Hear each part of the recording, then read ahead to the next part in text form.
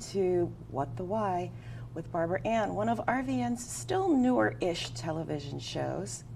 If you're joining us for the first time, our show features conversations with diverse leaders from all walks of life about why they do what they do and how they figured things out. Maybe you happen to feel stuck and want to get unstuck.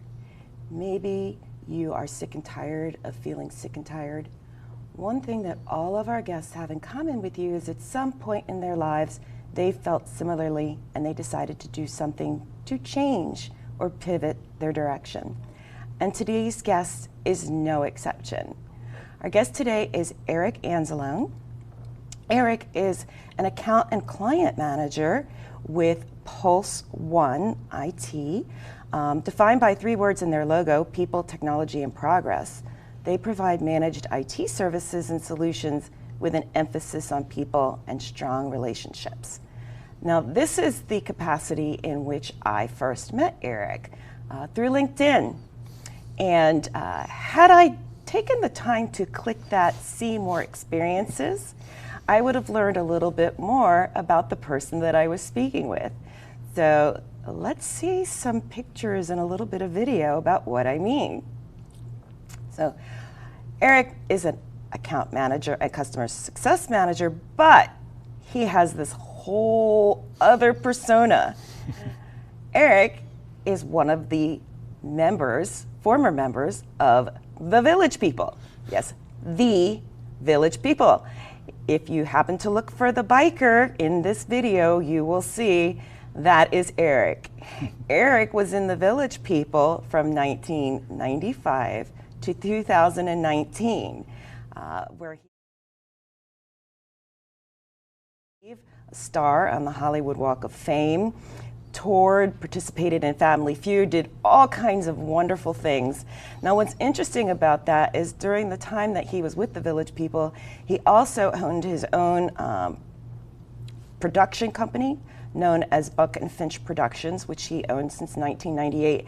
And in all of the touring and the video shooting and the movie, one of my favorite movies, Down Periscope, as soon as I found out from Eric what the group that he had been in, I went and got the movie out so I could watch the Village People perform during the credits.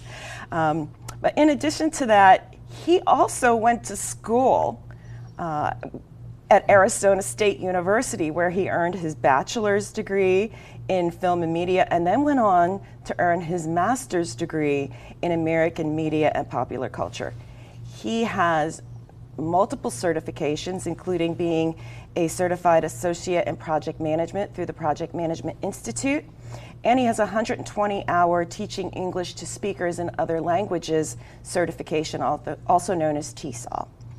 So he's very passionate about volunteerism, and one of the projects that he was actually in my role, where he actually kind of featured, hosted, and interviewed a video on World Kindness Day.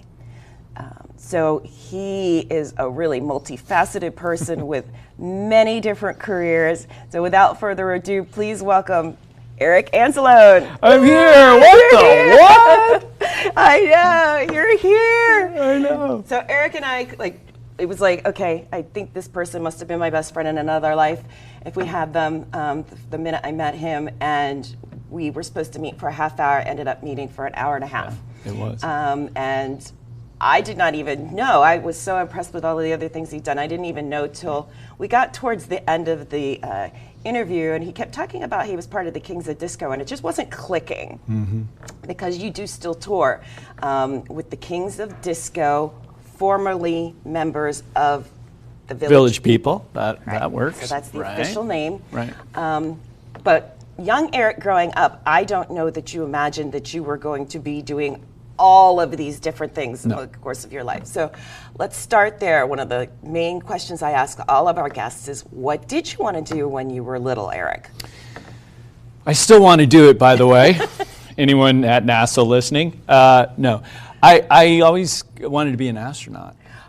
And with all the advances in space travel these days, I'm jonesing so bad to get up there and be like William Shatner and be shot into space, even if just for a couple minutes. But Yeah, so I wanted to be an astronaut, and then that slowly morphed into being a performer, being an actor. By the time I hit high school, I had decided I'm gonna be a performer, singer, actor, dancer, whatever. I just want to perform, create, write, and I went for it, so to speak. And so from high school, deciding you wanted to create, write, perform, how did that path take you to where I am? To where you are? How long is this show? I know, and we always run out of time, so I know. we can always bring it back for part 2. And there's, people that are like, oh, they're an overnight star, overnight success. That doesn't happen. So with me, basically, in a nutshell, I went to school, right after I graduated from high school. I went to high school in Santa Barbara, California. So moved to Los Angeles to be a big actor. Also graduates from my high school, like just a few years prior, were Anthony Edwards, Eric Stoltz. And so I was thinking, I'm going to follow in Tony and Eric's path. And so I moved to LA, and all I did was basically party for a year. I was into heavy metal at the time. This was back in the early 80s. Yeah. And the Sunset Strip was... it was the place to be, so I was in rock and roll metal bands. I went and partied with the metal bands, and I got a little sidetracked. My dad said, "This is crazy. Come to Miami. I'll put you through school." And I thought, "Oh, I could get into the musical theater department, or get into the theater conservatory and actually study this." So I did. I went to Miami. I got into the department. I studied for 2 years, and I decided to quit school. I'm not saying anyone out there should quit school, but that was the choice I made because I wanted to work. And when you were in the theater conservatory, you weren't allowed to work professionally. You had to wait till you were graduated. And I thought, what am I doing here? I wanted to work. So I packed up my stuff, quit school. My dad was very upset with me. Sorry, Dad. Packed up my car, drove back to Los Angeles, and never looked back. Within a year, I was getting my Actors Equity card, my union card, my first card, after card. Soon SAG and AFTRA came, and then jobs started coming. I did multiple tours in Europe with shows and with orchestras singing. I ended up singing on Princess Cruises for a year. I ended up in the Teenage Mutant Ninja Turtles, which led me to New York City, where I stayed, and then I answered an ad and ended up in the Village People and just kept going. But that's sort of what got me to where I am today. It was, I just decided I had a vision and I wanted to go for it, and I did. Okay. So it's interesting that the Village People, you had such a long run. Yeah. And so I'm just curious, of all of the different things that you could have chosen, what was it about the Village People that was so fascinating for you? Well, they chose me. Okay. Like most things in show business, I got the gig. I saw an ad in the Village Voice, and it said, well-known group looking for a singer with a passport. And having worked with the Teenage Mutant Ninja Turtles, I had money saved up. And I didn't have to get a job immediately, a gig. So I thought, well, I'll get into a band. Because I wasn't looking to make money. I was just looking to do something artistic, and being in a band was something I'd always done. Been singer, rhythm guitar player. And so I got a call from them about a month later. I sent my stuff, got a call. They said, hey, we saw your resume, we got your demo. They liked my touring experience. Like I said, by that point I had done multiple European tours. I'd done multiple tours in the United States. I knew how to tour. And so I got the gig. So they kind of chose me, and it was pretty crazy because I'd never pictured myself in the Village People. I was maybe pictured myself in a band like, at the time, the groups I was looking to join was more like a Blink 182 or Korn even. That's more my speed, not disco and dance music. So, but the Leather and Chains, I replaced Glenn Hughes, who's the original biker in the Village People. I replaced him, and it was an honor to fill that leather, and and change. But yeah, so there was that. That was cool. All my metalheads could relate to the leather and so chains. you got to keep that piece of you. Yes, I did. Very Queen, actually. Very Queen, yes. Hey, Freddie Mercury could pull it off. That's right, Freddie, yeah. So you're in the Village People, you have this demanding schedule, but you still had a life as well. Yes. And you decide, at some point you're going to go back to school, and you have a family. Yes. And Well, let's unpack that for a second. Yes, Sure. I had always, in the back of my head, decided I was going to go back to school at some point. And in 2009, I finally did it. And I had to find a program that could work with my schedule. I mean, we were doing 200 days a year, sometimes 300,000 miles a year. Yeah, I mean, that's incredible. And really, there was still not a lot of programs that were flexible from a learning perspective at that time. There weren't, but Arizona State, it's a great school, and I wanted to get a degree in film. Theater, not that the Village People are theater, but having worked professionally in the business for, by that point, many years, I wanted to expand my horizons and go to school and actually learn something, I've already been in the business, now I'm just learning more. I wanted to learn something new. So my film degree is actually with an emphasis on race and gender representation. Oh, okay. Right. Which helps to explain and inform some of the other things that you've done. Absolutely as well. does, yeah. Okay, because I want to come back to that. Okay. Because I know you've been really a lot of emphasis on inclusion and diversity and things like that. So you're going to school and you're touring, you're juggling all of these things. How did you find the time to prioritize everything? Well, I guess it's kind of like when you're in it, you just do it. I don't think about it. I'm a little OCD. Okay. So prioritizing is like something I enjoy. Okay. I resemble that. Yes, I'm sure. I know. Yes. But it was difficult, and I'm not perfect at it, and certainly things fell through the cracks. I don't want to say I regret anything, but I wouldn't change anything, but I may make a few different choices. I don't necessarily believe that they're mistakes. I believe that There were learning opportunities. They're just different choices, right? Exactly. But my daughter is now she just turned 24 a couple days ago. And for a good part of her life, I was on the road. I mean, when I'd be home, but at the same time, I'd be gone for a week. Here, 3 days there, wait there. So that was rough. That was rough. Now that she's older and on her own, I'm like, You're your baby. Yeah. So, all right, so we're going to come back and talk more about that, as well as your passion for inclusion and diversity in the arts and in general, and also what you do in the technology world these days as well. So please come back after this commercial break for more of our conversation with Eric Anzalone.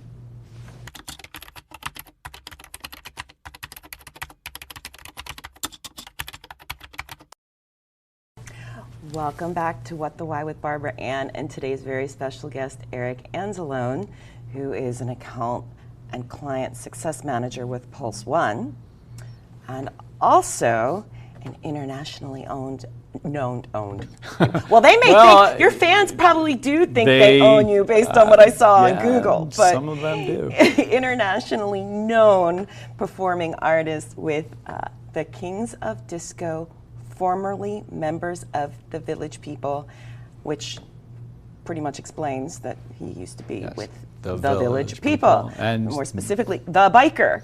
That's correct. But you do so many other things as well, and you were talking about your daughter, and now she's 24, and you're passionate about making sure that the world is a better place for her and everybody else that comes with it.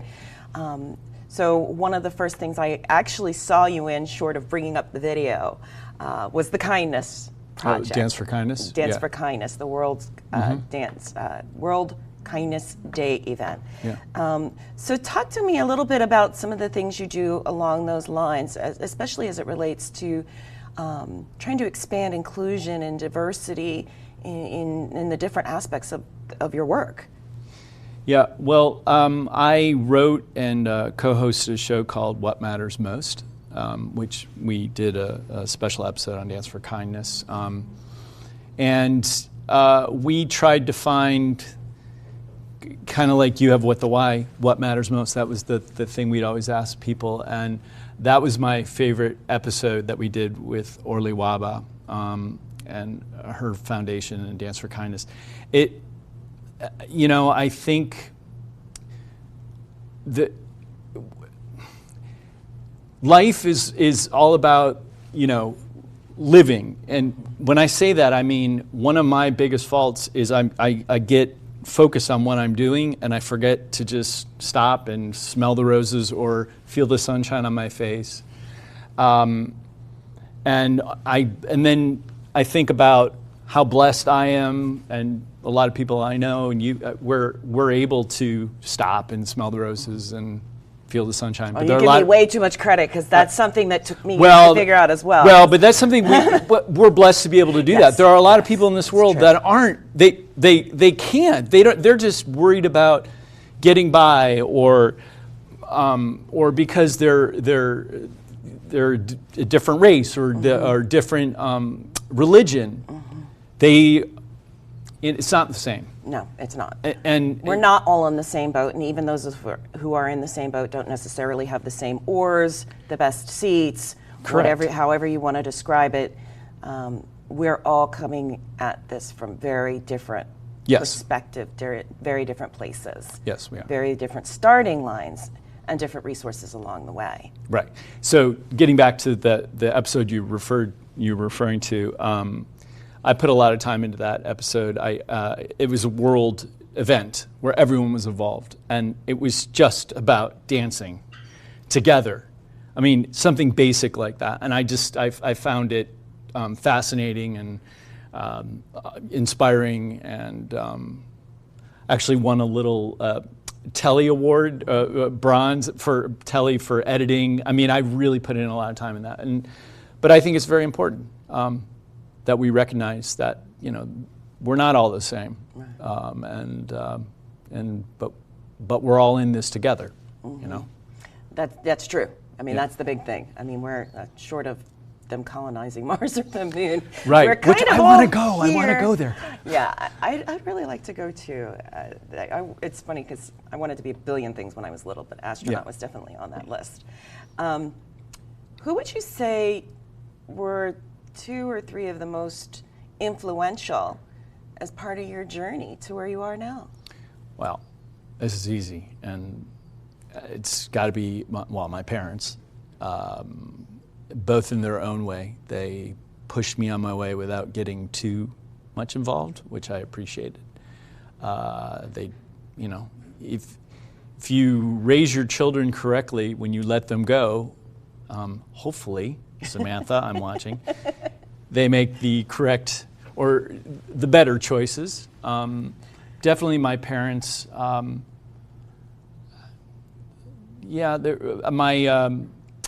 this may sound cliched, but my high school drama teacher, Mrs. Luke, we're very, impressionable when we're in high school, but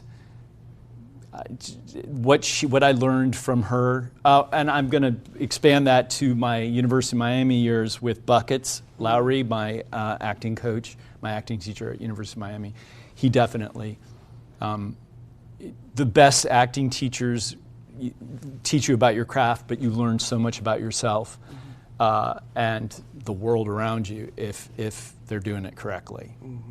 It's not just memorizing lines, so it's going inside. And so I would have to say my parents, Mrs. Luke, Buckets, there's a million other people I'm sorry, I didn't write them all down. I didn't know we were going to be asked that. I was going to be asked that question. But That's okay. but yeah, but you know, at face value or first glance, I would definitely say those four. Well, someday when you give your next music award speech or Academy Award speech, Right. whatever that may be, you can have your list. Yes. You go back, because I forgot to mention on What the Right. Why, I want to make sure I get all these people's names. That's right. who were- Who the why, not what the why. Who the why. You know, Yeah. now we can rename all of the people that I forgot to mention during that interview years ago. Right, exactly. So, in terms of your industry, I mean, so many people have a perception of what it means to be famous and to work in the industry.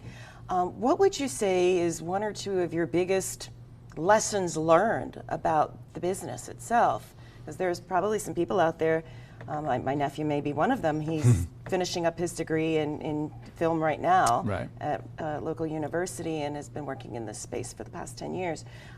What would you say to them in terms of entering and working in this space? First,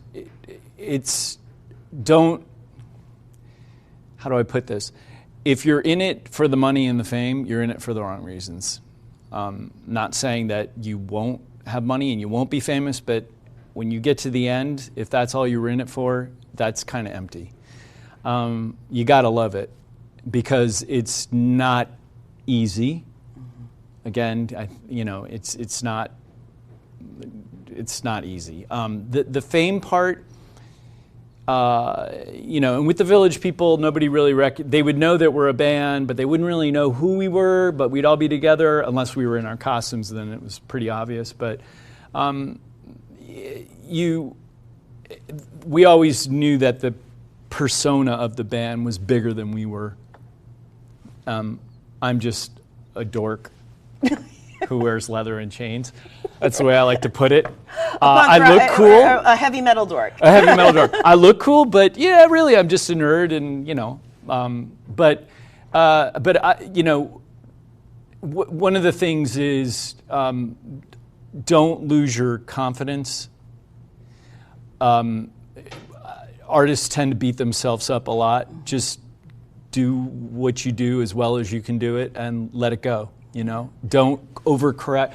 One of the biggest mistakes I made was early in my career when I was called back for a Broadway show.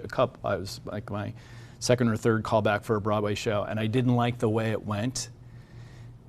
And I made a mistake by confronting the casting agent and telling them I could do a lot better and that I need to do it better, and instead of letting it go. And I think that was the wrong choice to make. Okay, because all they knew, it was your better.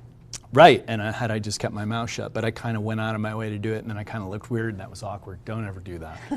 Just let it go and say, you know what, it is what it is. Be confident that you did your best and move on. And you could say that with anything, actually. Yeah, you're right, but it is an industry that is highly critical.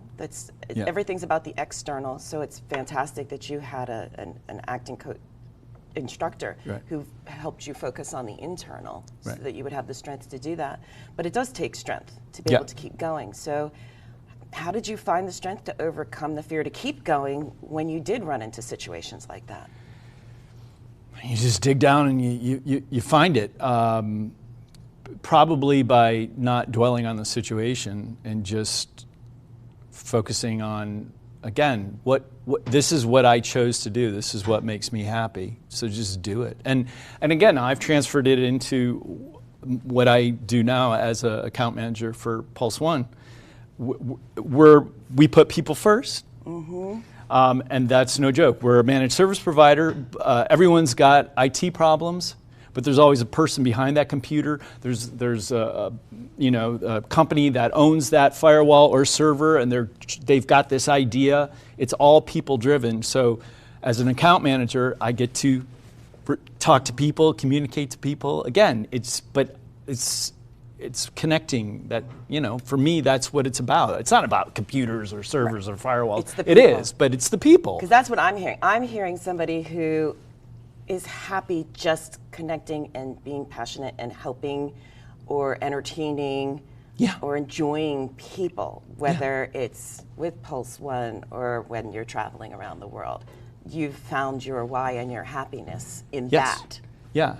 Wow, I feel like I'm in therapy right now. Yes, but that's true. I never really thought of it that way, but it is true. Village people, technology, progress, it's all kind of coming together now, right, on this show. But yeah, I mean, that's why we're here. And, you know, when all is said and done, again, if you weren't looking out the window and watching the world or smelling the flowers or feeling that sun on your face, and you are blessed to have the opportunity to do so, then I really think you're missing out on something. It's not about the end destination, it's about the journey. Mm-hmm. And I mean, I know that's cliched, but it is so true. That's why we're here, for the journey, not, although I like to say that I think sliding into the grave is a great idea. If you're gonna live, right? Yep. But, you know. And believe it or not, we're at time. That's the perfect note to my end God. on. I Okay. know, it's so fast. Oh man, I have to figure out when we're going to do another one, or we'll figure it out. Yeah, I mean. So thank you. In terms of people that want to connect with you, and for those of you who follow the show online, you'll also have a lot of different links to his information. But what's the best way for people to find you? Well, you know, I'm at Pulse One, so, but LinkedIn, I'm on Pulse One. What's up, guys? You know, so I'm on LinkedIn. That's probably the best way to find me. Of course, they can all go just Google. You could Google Eric Anzalone and see me in all my glory. Kings of Disco, which has been doing intermittent tour dates. Yeah, we've done some shows. Omicron kind of put a damper on the rest of this year, but we got some stuff coming up, so that's always out there. And yeah. Awesome. Well, thank you so much for taking time to be here. Absolutely. And Eric Anzalone, everybody, my most unique guest to date. But it's not like we hit the top yet, because I don't want you to think, oh man, this is the episode, because we've got some other really exciting guests coming up as well, just different exciting. And one of them is also somebody that I've known for years, but a different bent. Her name is Dr. Jacqueline Mejas Fuertes, and she is the Regional Director of the America's Small Business Development Center at the Brookdale Community College in New Jersey, which is an official partner of the U.S. Small Business Administration. And so you're going to get to learn all kinds of acronyms, but also what she does as an entrepreneur, small business leader, as well as a strategist, advocate, and speaker, and most importantly, a change maker. And she's done some really innovative things there during her tenure as the regional director of the Small Business Development Center there. As you know, What the Why airs every Tuesday and Thursday at 1 p.m. Eastern Time, as well as 3:30 p.m. on Mondays. We're also available at rvntelevision.com and on Roku, and coming soon to additional platforms. And always remember, whether you're looking to make changes in your life or career, big or small, please join us again for more inspirational and informative conversations with people such as Eric, who chose to, decided to pivot whatever, to make changes in their life and overcome any fears or obstacles that might have been in their path to find their purpose and live it.